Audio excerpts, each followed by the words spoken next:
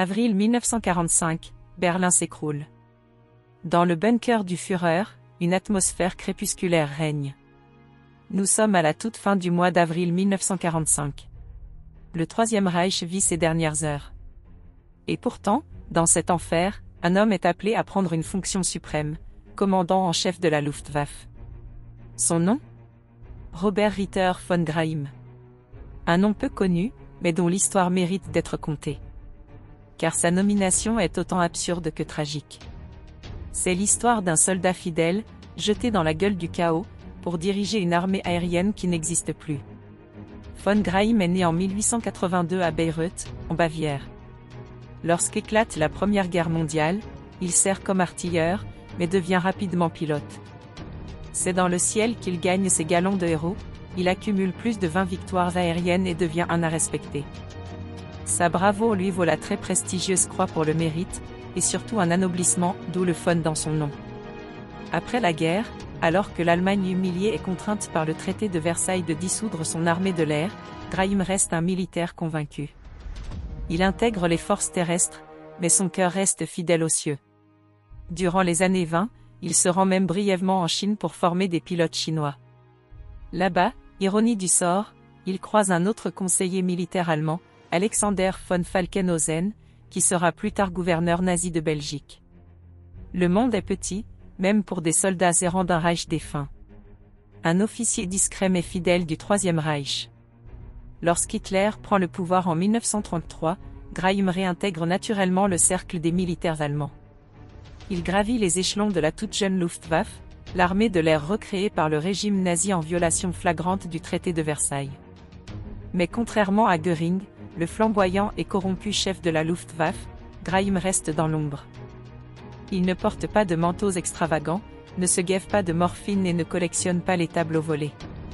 C'est un homme austère, militaire jusqu'au bout des ongles, obsédé par la discipline, loyal jusqu'à l'aveuglement. Il n'a ni charisme ni ambition politique. Mais Hitler, justement, aime ces hommes-là. Graim est donc promu général et prend la tête de la 5e flotte aérienne, opérant sur le front de l'Est. Il participe à la bataille de Koursk, à la défense de l'Ukraine, et surtout à la résistance désespérée contre l'armée rouge en 1944. Mais il ne peut rien faire face à l'écrasante supériorité soviétique. Les avions allemands tombent les uns après les autres. L'armée de l'air est à genoux. Avril 1945. Hitler est enfermé dans son bunker, rongé par la paranoïa. Il apprend que Göring, son ancien bras droit, a envoyé un télégramme depuis Berchtesgaden, où il se présente comme le successeur légitime du Führer, étant donné l'incapacité d'Hitler à gouverner depuis son bunker encerclé. Pour Hitler, c'est une trahison. Une de plus. Fou de rage, il fait arrêter Göring et le démet de toutes ses fonctions. Il faut nommer un nouveau chef de la Luftwaffe. Et c'est à ce moment-là que le nom de Robert von Graim surgit. Pourquoi lui ? Parce qu'il est l'un des rares officiers encore fidèles, et surtout parce qu'il est aux côtés de la très dévouée aviatrice Anna Reitsch, qui avait toute l'admiration d'Hitler. Le 26 avril, Graim est évacué en urgence vers Berlin, en avion. Oui, alors que la ville est encerclée, que les pistes sont criblées d'obus, Graim tente l'impossible, pénétrer dans la capitale en feu.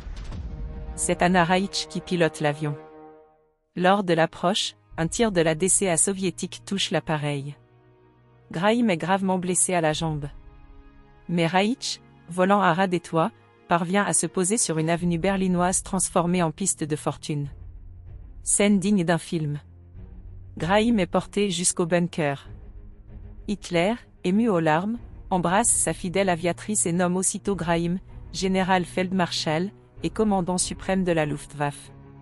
C'est une promotion absurde, il devient ainsi le dernier maréchal nommé par Hitler. À ce stade, la Luftwaffe n'existe plus que sur le papier.